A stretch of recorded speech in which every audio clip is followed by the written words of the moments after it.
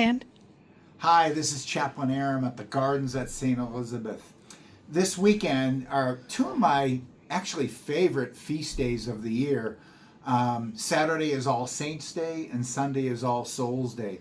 And actually, we have a tradition here at the Gardens where I'm going to be here this weekend during Mass, both at the Saturday 4 o'clock and Sunday 10 o'clock, where the priest will invite me up kind of at the period where he does his homily. And I am going to read aloud the names of all those residents of ours who have died over the past year since last All Souls Day. I believe there's 25 names plus one of our staff.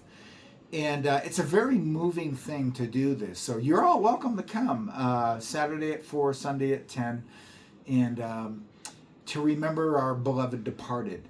And, you know, I had 3 Bible studies today around the campus, and we were talking about death. And I was talking about how, you know, the scripture teaches that, the church is comprised of those that are on earth and those that are in heaven. And one day, God's going to unite us and bring us all together.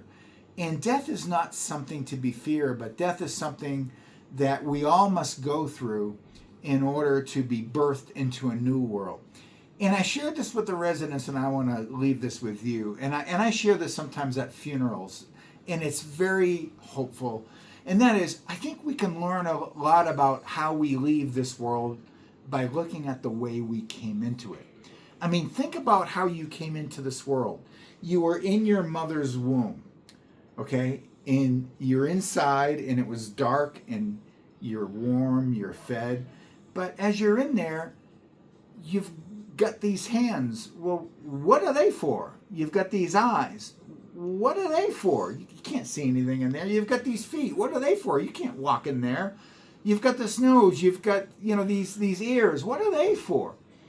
Well, they're hints. They're reminders that you're not meant for this world, but you're meant for another.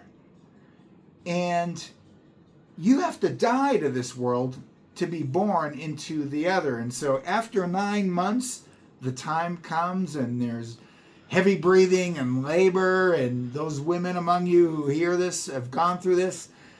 And all of a sudden, you're born, and that world which you knew for 9 short months is now behind you, and you've died to that world so you could be born into a larger world. The world you were made for all along. Because this world was too small, it couldn't contain you. And the same thing happens in this world. You have to die to one world to be born to another. You're going to have to die to this world to be born into the next. And I worked in hospice, and it's very similar. There's changes in breathing, and there's labor, and it takes a while. But then that world which you knew, in here it was 9 months. In here it's maybe 90 years or whatever it is. You have to die to this world, leave it behind, and then you're born into the world for which you were made for eternity. So believe it. It's good news. And I hope you'll enjoy these feast days this weekend.